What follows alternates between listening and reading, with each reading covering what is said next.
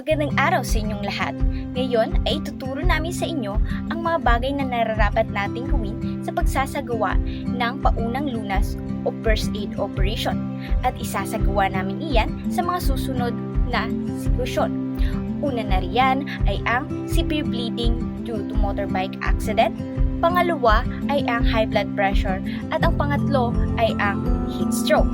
At ngayon ay uunahin na natin ang tungkol sa severe bleeding due to motorbike accident o ang labis na pagdurugo dulot ng aksidente sa motorsiklo. Severe bleeding due to motorbike accident.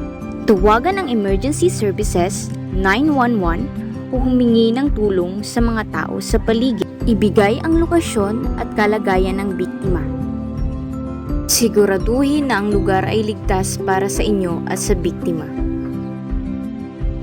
Pagdating sa lokasyon, ay tapikin muna ng 3 beses ang balikat ng biktima upang masigurado ang kalagayan nito at makapagpaalam may malay man ito o wala.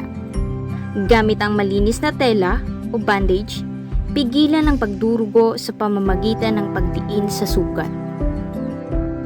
Pagkatapos mabalutan ang mga sugat ng biktima, ay agad na i-monitor ang pulso at paghinga nito. Sa paglilipat sa biktima, ipatagilid muna ito upang hindi madikitan ang kanyang mga sugat at ligtas itong mailipat sa stretcher. Kapag nailipat na ito, ay sabay-sabay itong buhatin at dalhin sa ospital para sa karagdagang paggamot. At ngayon naman ay ibabahagi namin sa inyo ang mga nararapat nating gawin sakaling may nakaranas ng high blood pressure. High blood pressure. Panatilihing kalmado ang pasyente at huwag hayaang ma-stress. I-monitor ang blood pressure, pulso at paghinga ng pasyente. Kung ang pasyente ay may reseta na gamot para sa high blood pressure, bigyan ito ng gamot.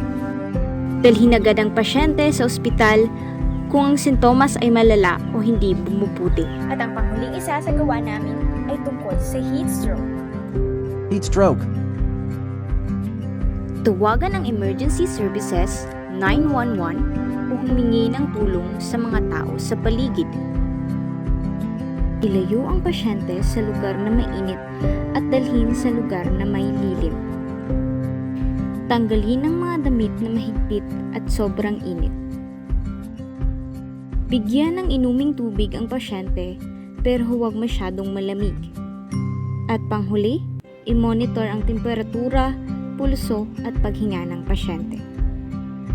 Maraming salamat sa inyong panonood. Nawa ay mayroon kayong natutunan sa aming mga ibinahagi sa inyo.